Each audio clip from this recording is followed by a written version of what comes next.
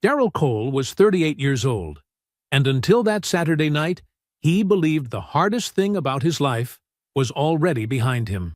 He had built Cole Electrical Solutions from nothing. No inheritance, no shortcuts, just 14 years of early mornings and earned trust. His wife Brianna had just told him she was done, that he was a good man who would never be enough, that she'd spent 9 years waiting for him to become something. He gave her space. He processed. He was not the kind of man who chased, but driving home from a friend's house that night, he passed their favorite restaurant in East Point, and what he saw at that outdoor table turned every quiet grief he'd been carrying into something else entirely. His brother Darius and Brianna. The hand, the lean, the ease of two people who had stopped pretending. Darrell sat in that car for 4 minutes without moving, and in that stillness, something shifted in him that would never shift back. Before we jump into the story, comment where in the world you are watching from and subscribe, because tomorrow's story is one you need to hear. Through the early morning haze, Darrell Cole moved with quiet authority across the construction site.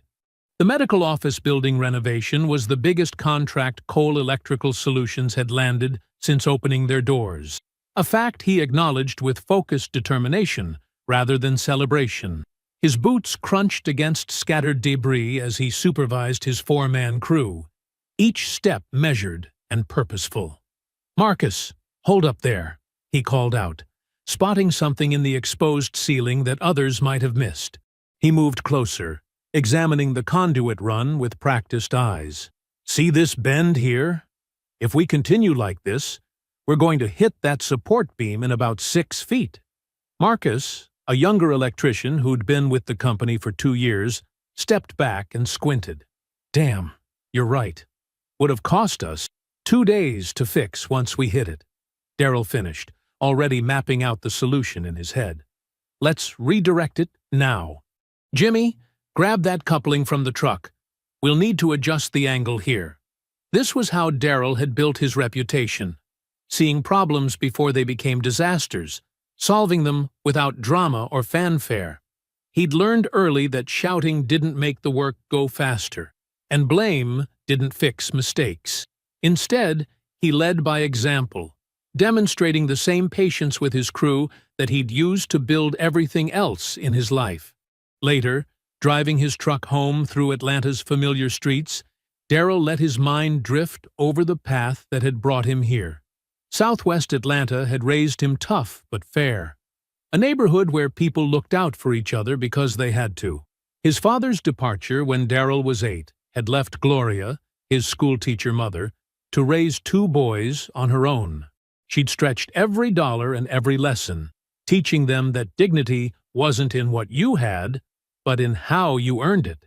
He'd gotten his electrician's license at 22, working under other contractors and learning not just the trade, but the business. Every job, every paycheck, every lesson absorbed and stored away. By 32, he and Andre, his friend from the neighborhood who'd brought military precision back from his Army service, had saved enough to launch Cole Electrical Solutions. Turning onto his street, Darrell noticed the house lights were on despite the early hour. As he pulled into the driveway, something felt off. The windows gleamed too brightly. Brianna had been cleaning. Not the regular maintenance she did weekly, but the deep, obsessive kind she only did when she was stressed or preparing for something difficult.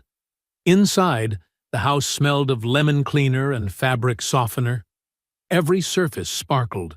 The throw pillows on the couch were perfectly arranged, magazines aligned on the coffee table. In 9 years of marriage, Darrell had learned to read these signs like weather patterns. He found Brianna at the kitchen table, still wearing her salon work clothes, but sitting unnaturally straight. She didn't look up immediately when he entered, her fingers tracing the edge of a water glass with mechanical precision. "Hey," he said softly, setting his keys down. "Everything okay?" When she finally raised her eyes, they were composed in a way that told him she'd rehearsed this moment. "We need to talk, Darrell." He sat down across from her, noting how she shifted slightly away. "Whatever it is, we can figure it out." "I'm not happy," she said, the words coming out with practiced steadiness. "I haven't been for a while now. I've been thinking about this, and I can't keep pretending." "Tell me what you need," Daryl said, leaning forward. "We could try counseling. Take some time away together?" "I don't think you can fix this, Daryl. That's kind of always been the problem." Her voice was cool, almost detached. "I love you, but I'm not in love with you anymore. I wanted a life that looked like something. I spent 9 years believing you were going somewhere, and I'm tired of waiting." The words hit him like physical blows, but Daryl remained still, absorbing each one. "You're a good man," she continued, her tone softening with what might have been pity. "But good isn't enough anymore. I thought you were going to be something. I think I was wrong." She paused, then delivered the final blow. "I want a divorce." Daryl stood slowly, his chair scraping against the immaculate floor. "I need some air," he said quietly, turning toward the back door. Outside, he lowered himself onto the back steps, the concrete still warm from the day's heat. The yard stretched before him in the gathering dusk. The grass he'd cut 2 days ago, the flower beds he'd helped Brianna plant in the spring. He sat there, letting the weight of her words settle into his bones, unaware that this moment of devastation was only the beginning. 4 days after Brianna shattered his world, Daryl stood in their bedroom doorway, watching her pack. Her movements were efficient, practiced, like she'd rehearsed this too. Maybe packed and unpacked in her mind 100 times before doing it for real. She folded her life into neat squares, tucking away 9 years of marriage into 3 suitcases and 2 cardboard boxes. "I'll be at Camille's," she said, not meeting his eyes. Indicator. "I'll come back for the rest later." Daryl nodded, his throat too tight for words. He didn't offer to help carry the boxes to her car. Some things a man couldn't do and still keep his dignity intact. The silence after she left was deafening. The house felt wrong, too big, too empty, filled with echoes of conversations that would never happen again. Daryl did what he'd always done when the world tilted sideways. He worked. He arrived at job sites before dawn, checking and rechecking electrical plans that didn't need reviewing. He stayed late, running extra inspections, filing paperwork that could have waited. His crew noticed but didn't comment. They'd worked with him long enough to know when to give him space. Andre watched this quiet implosion for 3 days before stepping in. "Coming over for dinner tonight," he said on Saturday morning, not making it a question. "Tanya's making that honey-glazed chicken you like." Daryl started to decline, but Andre cut him off. 6 o'clock. Don't make me come get you." That evening, sitting in Andre and Tanya's comfortable kitchen, Daryl felt something inside him ease slightly. They didn't press him to talk about Brianna. Instead, they watched the Falcons game, argued about bad calls, and let normal life wash over him like a balm. Driving home later, his mind felt clearer than it had in days.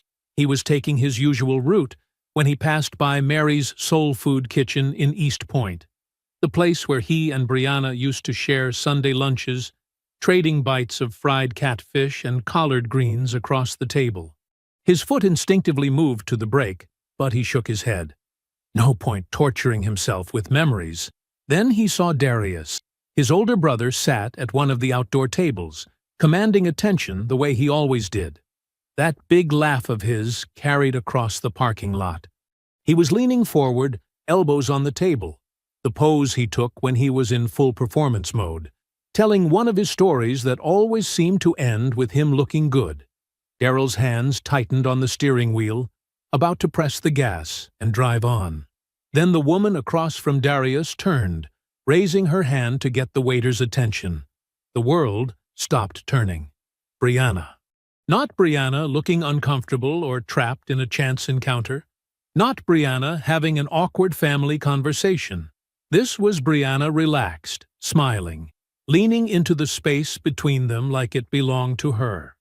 As Daryl watched, Darius reached across the table and covered her hand with his, a gesture so casual it spoke of countless repetitions. Darrell pulled into the empty church parking lot across the street. He put the truck in park. Then he did something that would have surprised anyone who didn't truly know him. He sat perfectly still and watched, not with rage or immediate reaction, but with the same careful attention he gave to complex electrical systems that needed diagnosing. 4 minutes. He counted each one in his head. He watched how they moved together, the easy familiarity that couldn't have been born in just 4 days. He noted how Darius touched her shoulder when he laughed, how Brianna's fingers lingered on his wrist when she made a point. These weren't new habits. These were worn grooves. Without a word, without a move toward them, Darrell put his truck in drive and went home. He didn't sleep that night. Instead, he sat in his living room, methodically rebuilding the past year in his mind. Every family dinner where Darius had sat next to Brianna, their conversation just a little too easy. Every time his brother had shown up unannounced at the house, always with some story about being in the neighborhood. The cookouts, where Brianna had started drifting toward Darius's circle of attention, laughing at his jokes just a beat longer than necessary. The Charlotte business trip 8 months ago surfaced in his memory with painful clarity. 3 days away for a big commercial bid. Darius calling to check in. "Don't worry about Brianna, little brother. I'll make sure she's good while you're gone." Darrell had thanked him, grateful for family who looked out for each other. As the sun began to rise, painting his silent living room in shades of gray and gold, Darrell had made only one decision. He would not confront them. Not yet. Not until he knew everything. Every lie, every meeting, every betrayal they thought they'd hidden. The architect in him, the man who built things to last, understood that before you could tear something down, you had to know exactly how it was constructed. First, he would learn. Then, he would move. The morning sun had barely touched the Atlanta skyline when Darrell picked up his phone. He stared at it for a long moment before dialing Andre's number, knowing his friend would already be awake. Old Army habits died hard. "Need to see you," Darrell said when Andre answered. "Got something I need your help with?" 20 minutes later, they sat in Andre's kitchen, coffee untouched between them. Darrell laid out what he'd seen at Mary's Soul Food Kitchen with the same precise detail he used for electrical schematics. The timing, the body language, the casual intimacy that spoke of practice. Andre listened without interrupting, his face settling into the focused expression Darrell recognized from complicated contract negotiations. When Darrell finished, Andre didn't offer sympathy or outrage. Instead, he asked, "What do you need?" "Need to know how long," Darrell said. "Need to know everything they think they've hidden." Andre nodded slowly. "I might know someone. Guy named Ruiz. Used to work insurance fraud investigations before going private. He's good at finding what people don't want found, and he knows how to do it legal. You trust him?" "Wouldn't mention him if I didn't." 2 days later, Darrell sat in Andre's home office, holding a manila folder that felt too light to contain the weight of its contents. Ruiz had moved fast, using legal channels to obtain cell phone records that told a story in cold, clear numbers. 14 months of daily contact between Brianna and Darius. Multiple calls every day, sometimes lasting hours, text messages in the hundreds. The timeline stretched back well before Brianna had started pulling away, before the silences, before she'd started calling their life together small. "She wasn't unhappy first," Darrell said quietly, studying the dates. "She made herself unhappy to cover what she was already doing." Andre watched his friend absorb this, ready to step in if needed. But Darrell just nodded, folded the papers carefully, and went back to work. He didn't confront Brianna. He didn't call Darius. He simply carried the knowledge like a stone in his chest, waiting. 3 weeks passed. The house settled into a hollow routine. Then one Tuesday evening, Darrell's phone lit up with Brianna's name. "Can we meet?" she asked. her voice softer than he'd heard it in months. "At the house? There's something I need to tell you." She arrived 30 minutes later, wearing the cream sweater she saved for important occasions. Daryl noticed her hands first, usually steady, now twisting slightly in her lap as she sat at their kitchen table. "I've been diagnosed with ovarian cancer," she said, her voice cracking just enough. "Stage 2, doctor. Patricia Monroe at Grady Memorial is handling my treatment plan." Daryl kept his eyes on her hands as she spoke. He'd learned long ago that hands told truths faces tried to hide. "I have the paperwork," she continued, "but I left it at Camille's. I needed you to know. The insurance through the salon barely covers anything, and the treatment costs—" She trailed off, shaking her head. "I'm not asking for anything. I just don't know what to do." Daryl watched her fingers brush imaginary lint from her sleeve, a tell she'd had since their first date, when she was nervous about the restaurant being too expensive. "How much?" he asked quietly. "The initial treatment plan is $22,000, she said, the number coming too quickly. "But please, don't feel—" "I'll write you a check," Daryl interrupted, already reaching for his checkbook. "We're still married. You're still on the joint account." He wrote carefully, each number precise. $22,000. Most of what remained in their shared account before the divorce would separate their finances permanently. He handed it to her without letting their fingers touch. "Get better," he said simply. She hugged him at the door, holding on a moment too long. Her perfume, the expensive one she'd started wearing last year, lingered after she left. Daryl watched her car disappear down the street. Then he pulled out his phone and called Andre. "Need you to listen carefully," he said. "I'm going to tell you exactly what she said about this diagnosis. Every word, every detail. And I need you to remember it all." Andre's fingers flew across his phone's screen the moment Daryl's call ended. "Ruiz, need everything you can find on a Dr. Patricia Monroe at Grady Memorial. Patient records for Brianna Cole. Timeline, immediate." Andre knew that look in Daryl's eyes when he'd recited Brianna's story, the same look he got on job sites when measurements didn't quite add up. Something was wrong, and Daryl had already sensed it. The next morning, Deirdre Okafor, Daryl's divorce attorney, filed a formal request for Brianna's medical records. Her language was precise. Given the substantial transfer of marital assets, $22,000, predicated on claimed medical expenses, full disclosure of related medical documentation is both relevant and necessary for accurate asset division. Daryl threw himself into work while they waited, running 3 job sites with the kind of focused intensity that made his crews whisper. He checked his phone only twice a day, always in his truck, always alone. 4 days later, Andre called. "My office," he said. "Now." Daryl found Andre and Ruiz waiting, a stack of papers on the desk between them.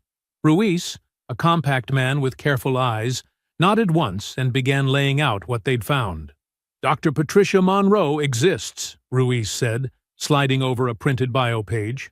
"Board-certified oncologist, excellent reputation, but she's never heard of Brianna Cole. Never treated her. Never even received a consultation request." He produced official documentation from Grady Memorial's records department. No patient file, no appointments, no billing records, nothing. Daryl's hands remained flat on his knees as he listened.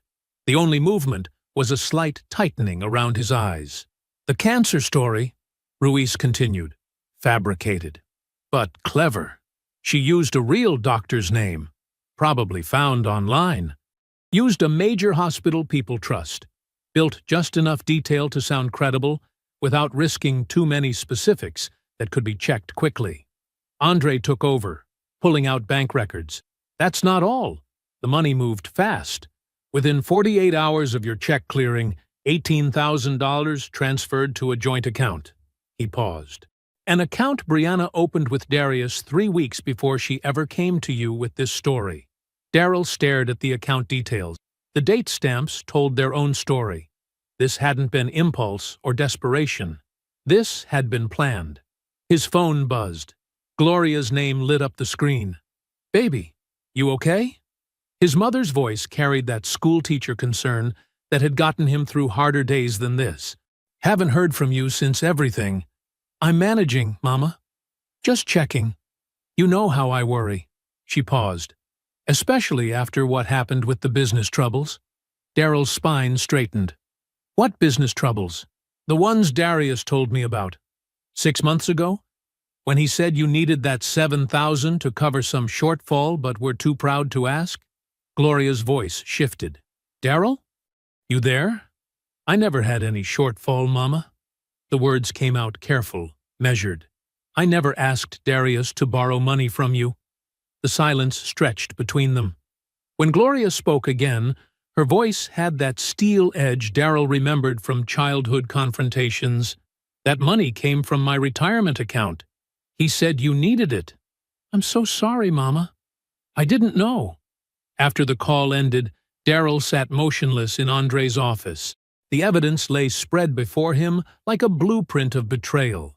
The fake cancer, the pre-planned joint account, the stolen retirement money, each piece fitting together with terrible precision.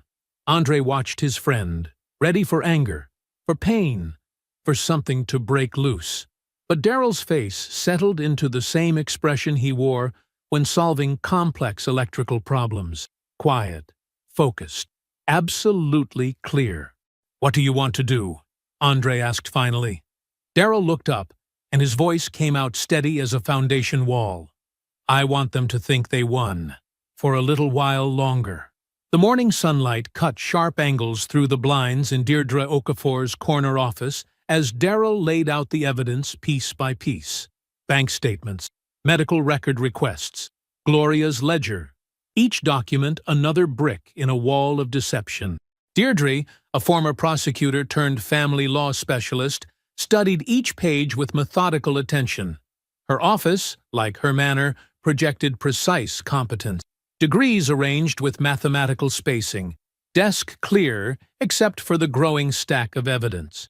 "Let me be absolutely clear," she said, setting down the last document. "Obtaining money through false pretenses, in this case, a fabricated medical emergency, constitutes civil fraud. The electronic transfer adds potential criminal exposure under wire fraud statutes." She leaned forward, folding her hands on the desk. "The premeditation here is significant. Opening a joint account weeks before approaching you suggests this wasn't desperation. It was strategy." "What's our next move?" Daryl asked. "We document everything. We file for full financial discovery through the divorce proceedings. Most importantly, we hold still." She pulled out a legal pad. "Let them operate normally while we build the case. People who think they've won get careless." Deirdre made notes as she spoke. "I'll contact the Fulton County DA's office today. Not to file charges, yet, but to establish groundwork. Having that criminal referral in our pocket gives us leverage when it's time to negotiate." She looked up from her notes. "You understand what we're building toward? This isn't just about division of assets anymore. This is about consequences." Daryl nodded. "I understand completely." Leaving Deirdre's office, Daryl sat in his truck and pulled out his phone. He stared at Darius's number for a long moment before dialing. His brother answered on the second ring. "Hey, little brother." "Been a minute." Daryl kept his voice warm, measured. "Yeah, it has. Been going through something. Could use some family time, you know." "Of course, man. You holding up okay with everything?" "Taking it day by day. Thought maybe we could grab dinner? Just us?" The relief in Darius's voice was audible. "Absolutely.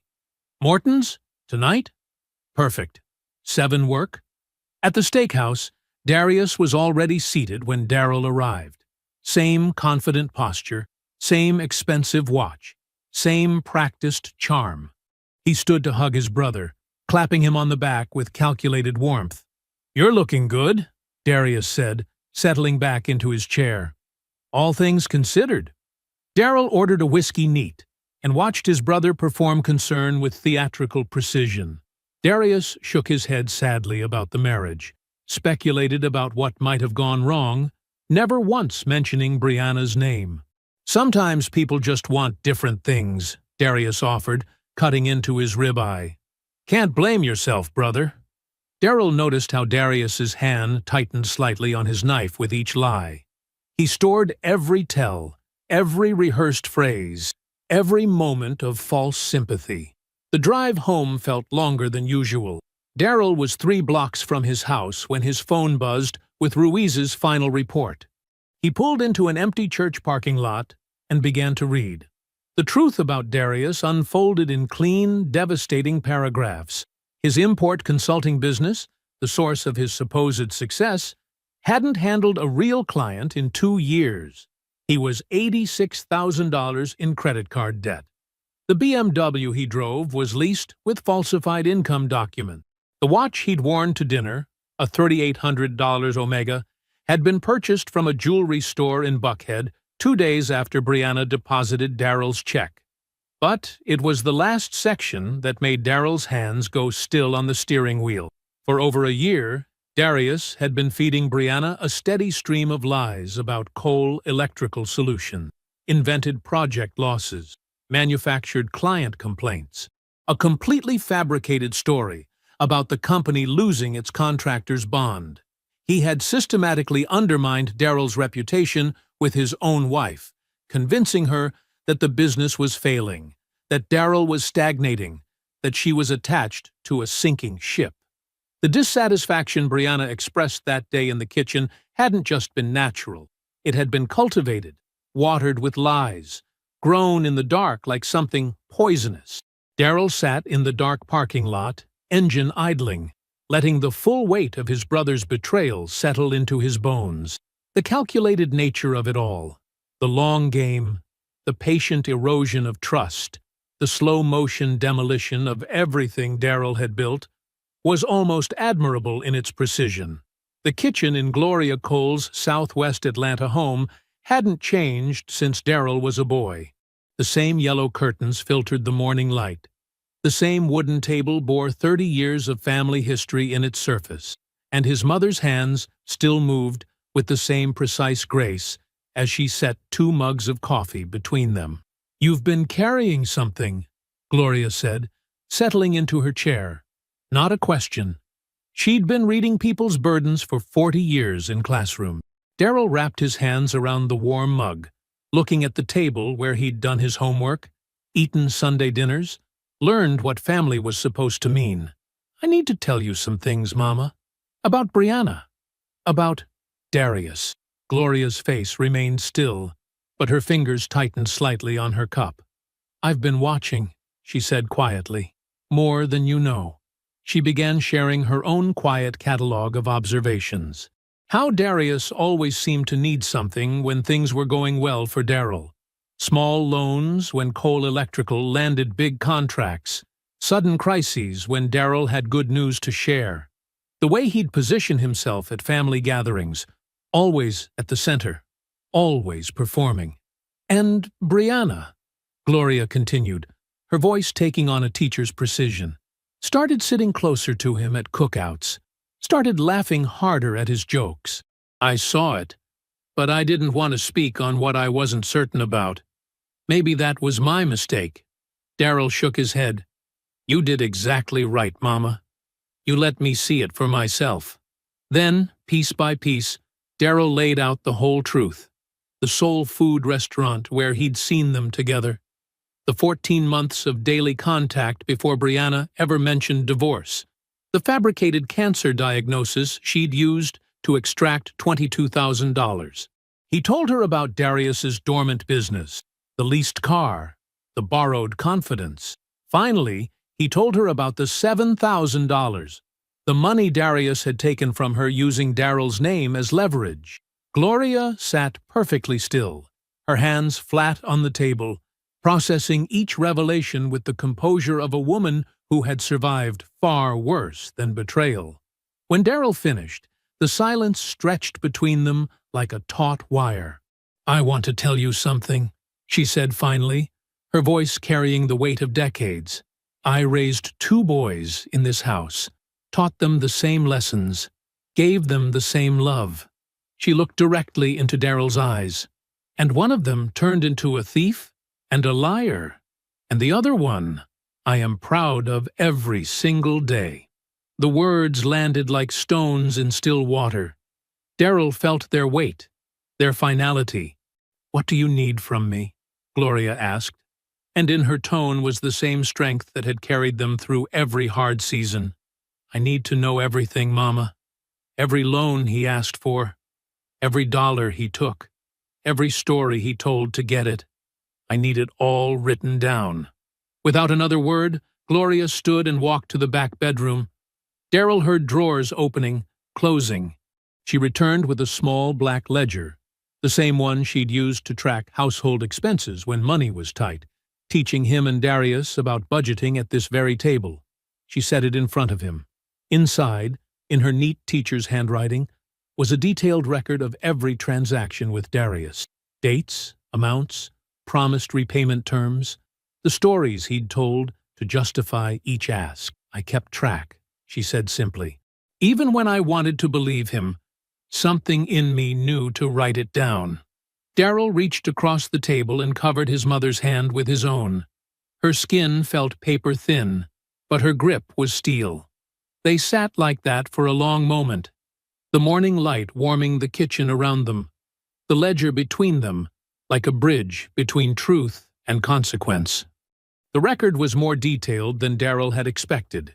Nearly $15,000 over 3 years, each entry accompanied by Darius's elaborate explanations, business opportunities that never materialized, emergency car repairs for vehicles he no longer owned, medical bills for ailments that vanished as soon as the checks cleared.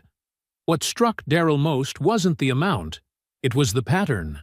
Each loan coincided with a success in Daryl's life, as if Darius couldn't bear to watch his younger brother rise without extracting something for himself. "I should have seen it sooner," Gloria said softly. "No, Mama. You did exactly what a mother should do. You hoped for the best in your son. He's the one who chose to be something else."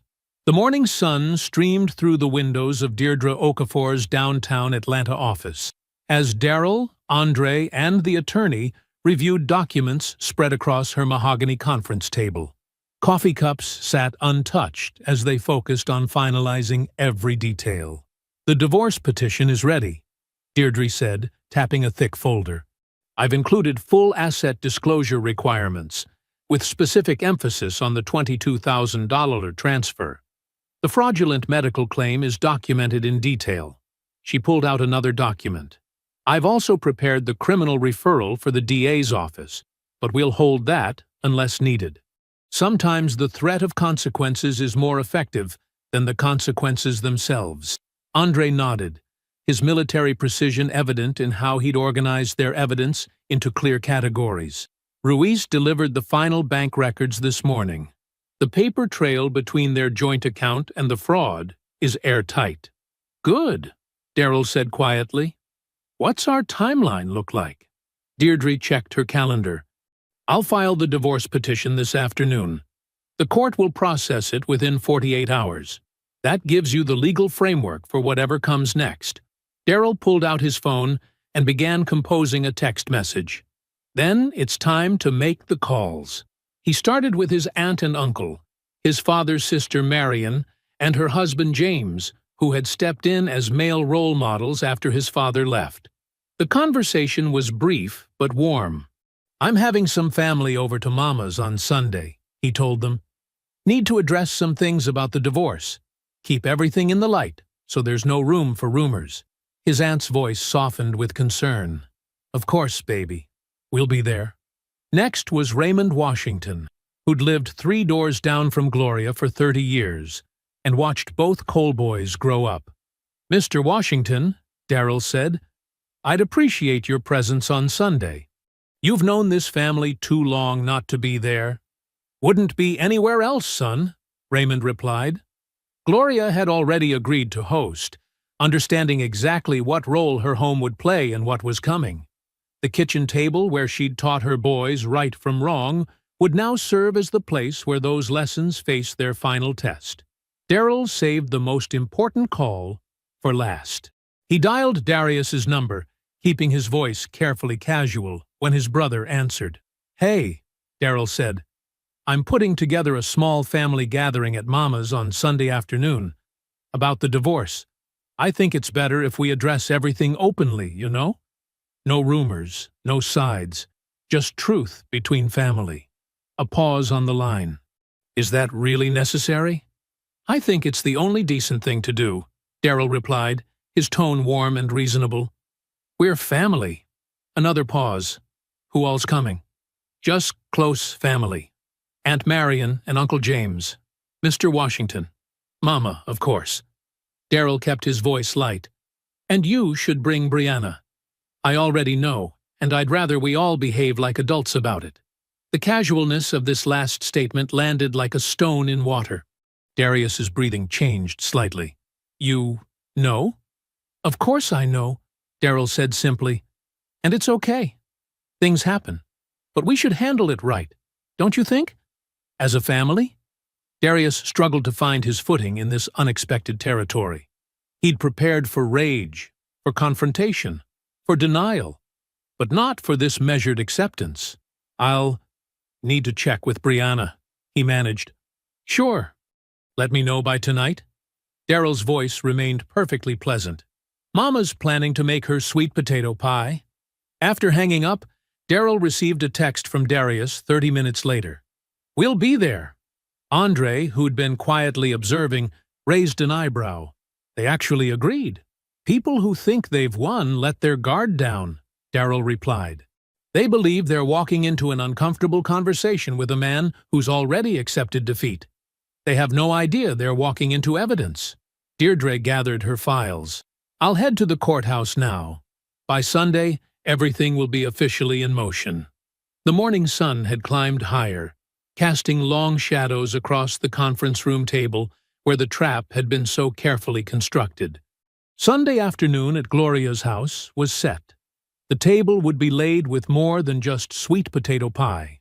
Gloria's house filled slowly that Sunday afternoon, each arrival shifting the energy in her modest living room.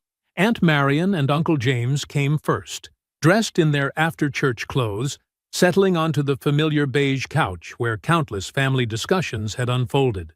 Raymond Washington arrived next, his weathered face carrying the gravity of 3 decades, watching this family's story unfold.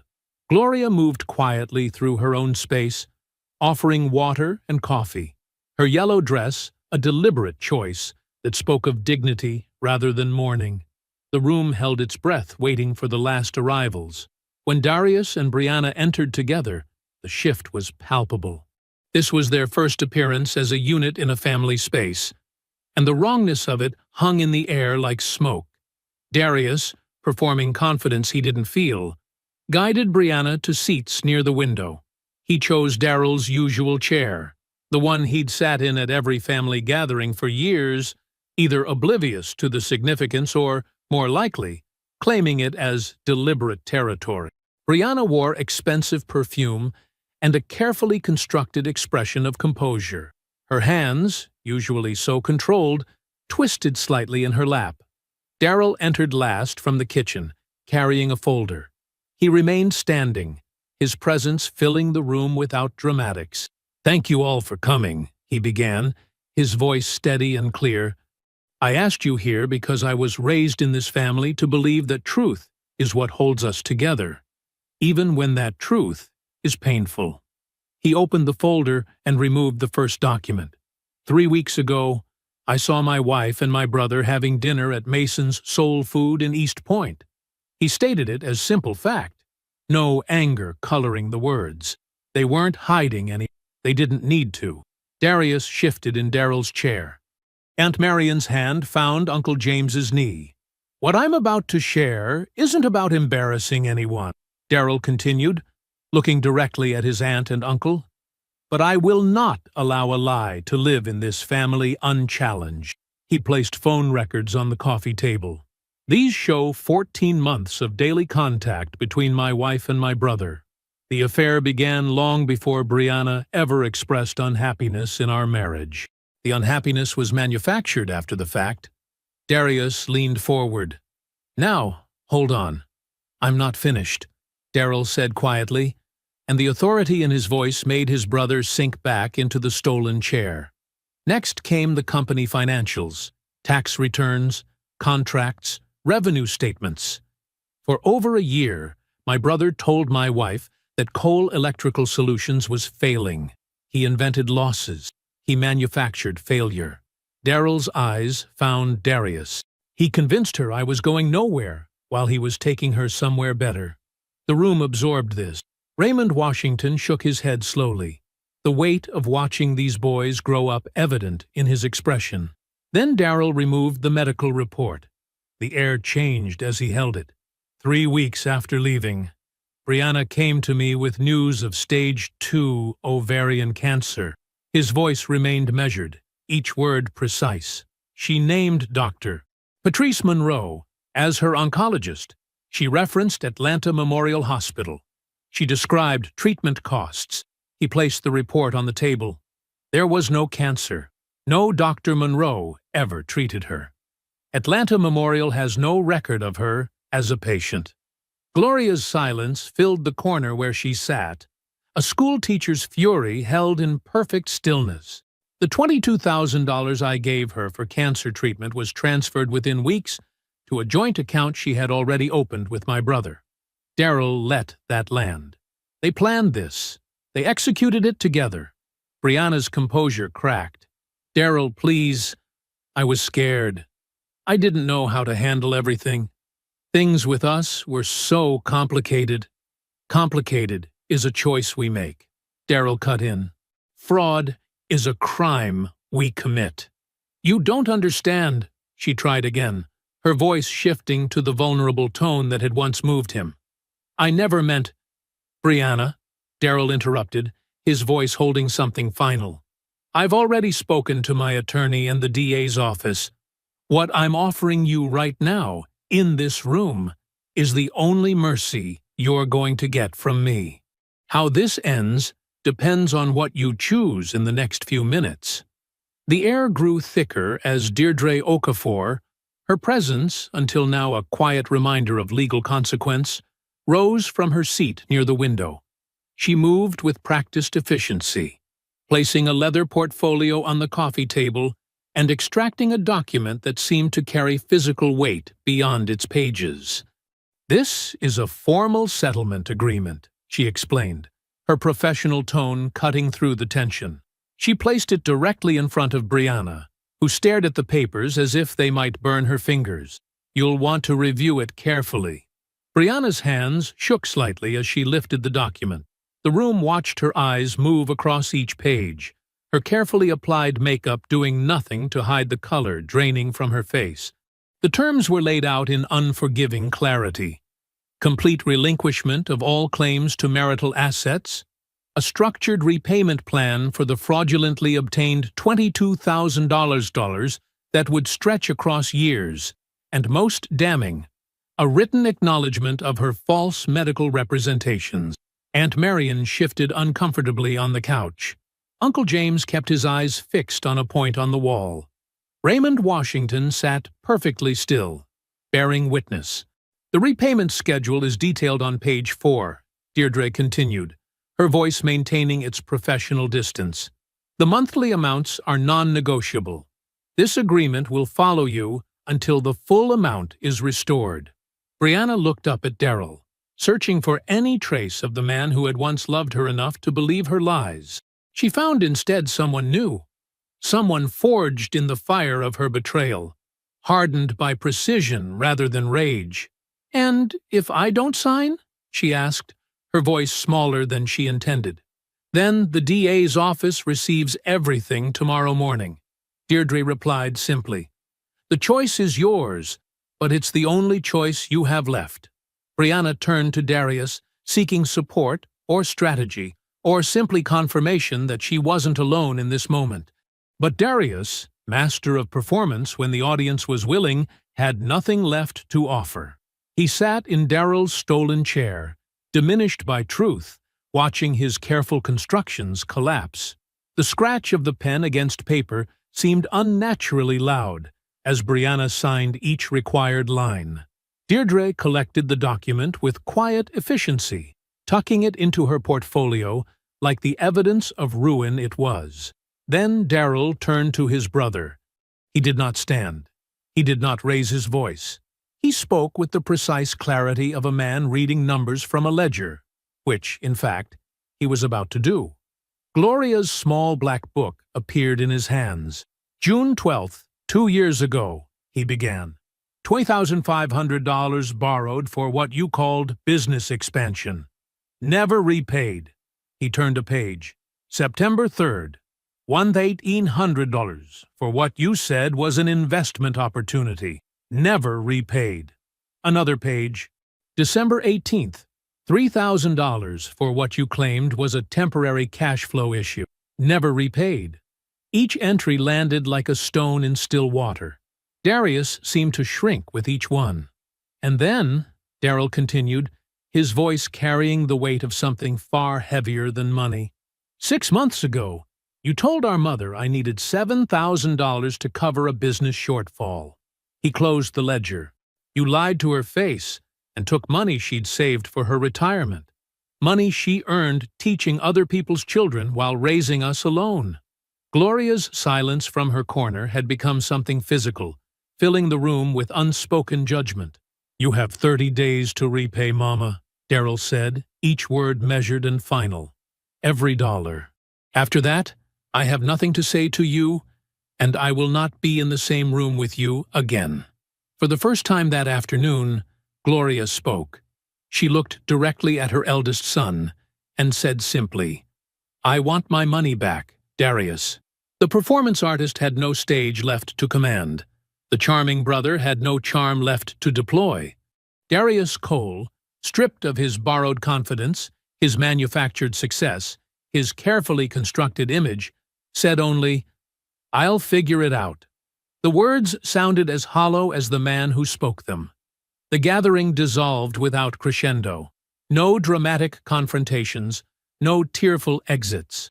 Just the quiet sound of Gloria gathering empty water glasses, Darrell rising to help her clear the table, and the soft click of the front door as Darius and Brianna left together.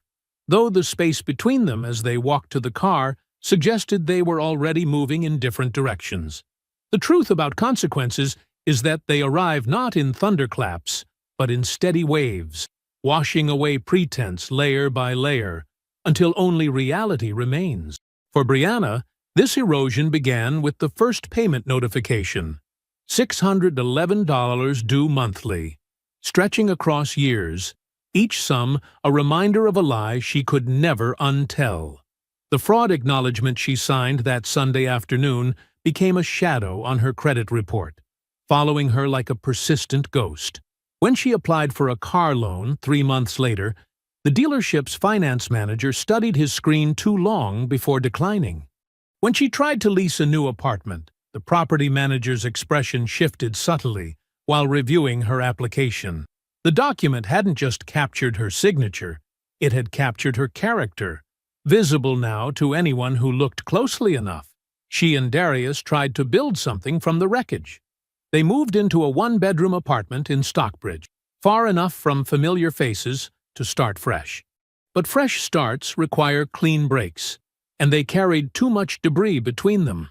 Every bounced rent check, every declined credit card, every financial strain became a reminder of what they'd sacrificed for this smaller life.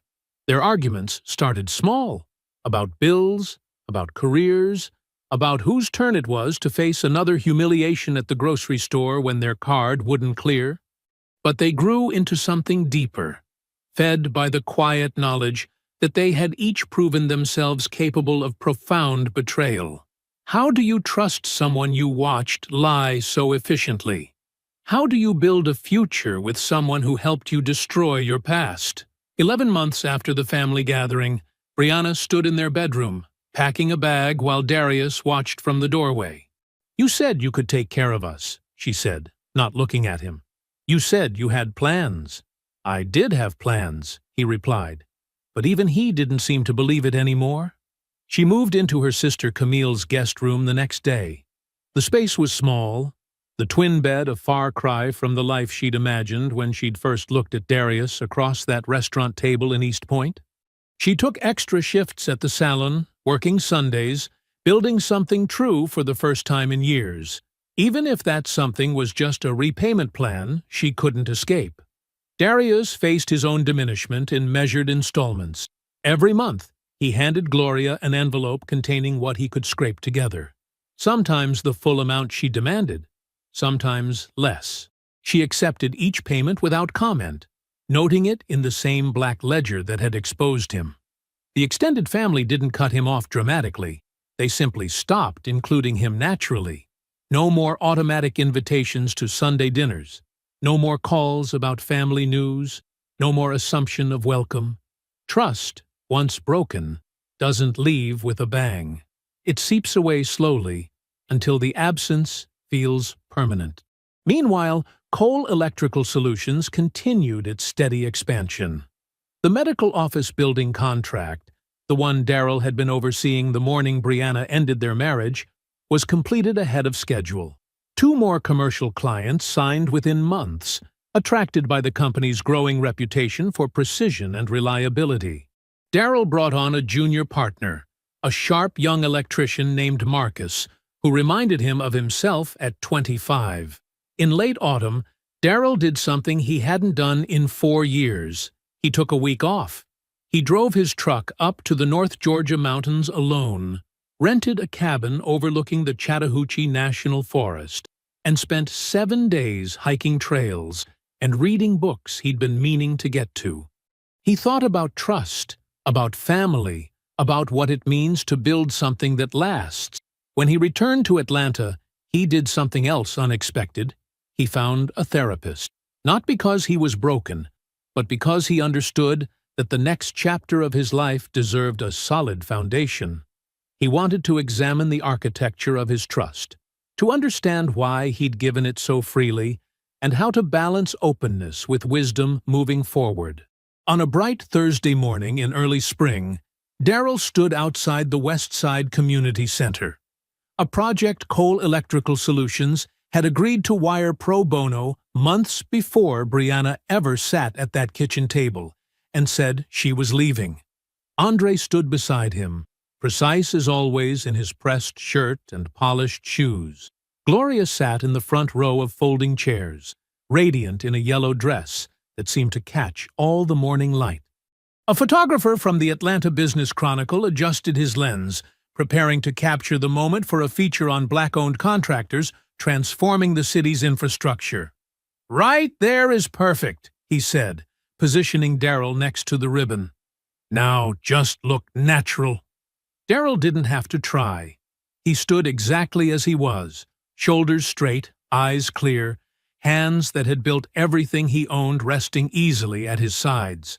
The camera captured him in that moment of quiet triumph, looking exactly like what he had always been, a man who builds things to last. I hope you enjoyed that one. Be sure to like the video and subscribe so you don't miss the next story. I've picked out 2 more for you that I think you'll really like.